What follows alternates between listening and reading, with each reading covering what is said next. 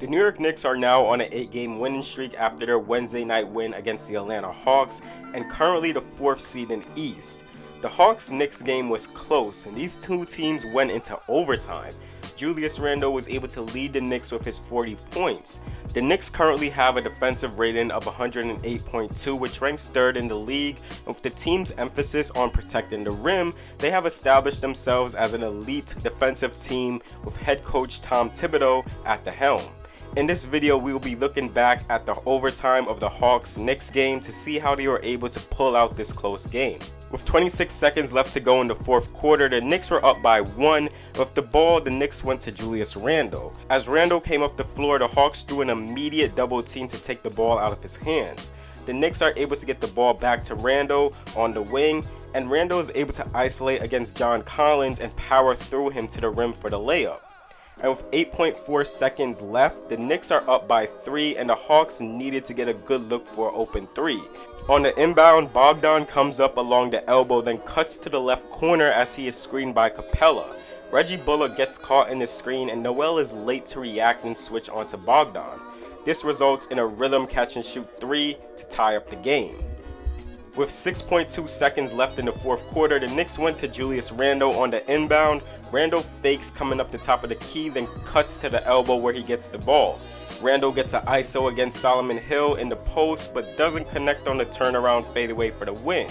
Going into overtime, off the jump ball, Julius Randle flat screens Immanuel Quickley's man, which gets Quickley a good look driving right for his signature floater. The Hawks come down and Capella screens Bogdan's man on the elbow to free him up, and Bogdan comes off the screen and gets the ball. Capella motions himself as if he is coming up to screen Bogdan's man, but this then flows into a handoff for Kevin Huerter. Capella screens RJ Barrett, but Barrett goes under the screen as Noel hedges on the screen, showing himself to Huerter to contain him. RJ Barrett does a good job disrupting the passing lane so that the ball does not get to Clint Capella. Nerlens Noel then recovers back to cover Capella, and Barrett is able to close out on this Huerter 3. The Knicks show off more good defense as on this play the Hawks run a high screen for Bogdan. The Knicks contain this well as Noel hedges high. Randle here operates as another line of defense if Bogdan was able to get by the defense. The ball gets passed off to Hill in the corner. Randle has to close out hard on the 3. Hill is able to drive it in on him, and Hill meets 2 Knicks defenders. He does get an acrobatic layup over Barrett, but Noel is there to block the shot. With the Knicks coming down the lane, they get a quickly Randle pick and pop, and Randle spots up at the top of the key for 3. The Hawks come down and first looks to screen Bogdan's man off ball as he goes to the right side wing. Capella gets the ball and hands it off to Huerter. Capella then screens Barrett, and the Knicks have 2 guys in Quickley and Noel covering the elbows. And with 2 help defenders there, this breaks up the Huerter drive. The Hawks then have to reset with a Brandon Goodwin screen and roll of Capella. Noel drops on this screen, and while this is happening, on the right side of the court, Huerter is receiving a pin down screen as he spots up along the wing.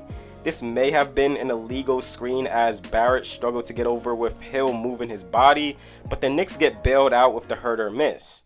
On the next play coming down, Quickley is able to blow by Goodwin, and with Bogdan helping from the corner, Quickley passes it to Bullock. He gets closed out and the Knicks then have to reset the play.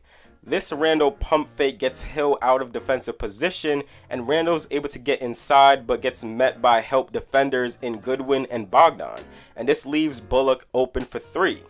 The Knicks are able to contain the Hawks again as off this handoff into a screen and roll, Noel hedges, and as Noel hedges, Julius Randle is in the paint helping off of Solomon Hill, a 33% 3-point shooter.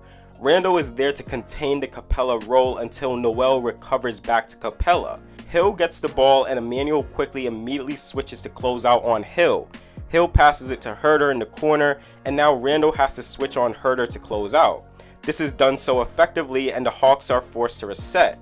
Capella screens Bogdan's man and Noel is high on the screen just in case if Bogdan drives right and pulls up, and now the Hawks are left with a contested 3-pointer that misses. The Knicks here are up by 8 and they go to Julius Randle. Randle is able to spin and get Huerter out of position.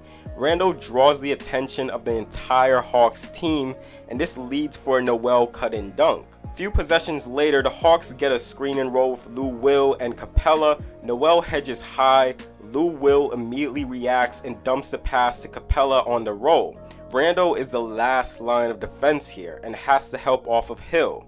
Good defensive rotation by the Knicks. Randle steps up in front of Capella. Noel comes back over to recover, and Emmanuel quickly rushes to cover Hill, who is lurking in the dunker spot. The pass then gets broken up.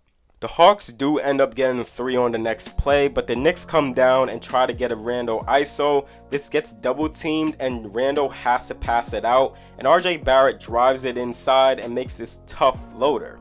The Hawks contain to quickly drive on this play, and they are not able to get it inside to Randle. The Knicks reset with RJ Barrett as he gets a screen from Noel.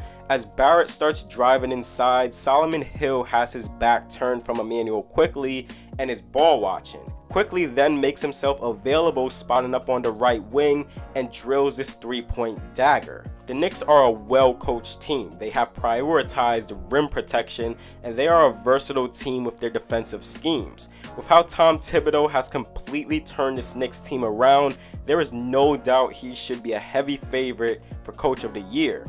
The Knicks are a top defensive team in the league. With the playoffs rolling around soon, they serve to be a gritty threat against any team in the Eastern Conference.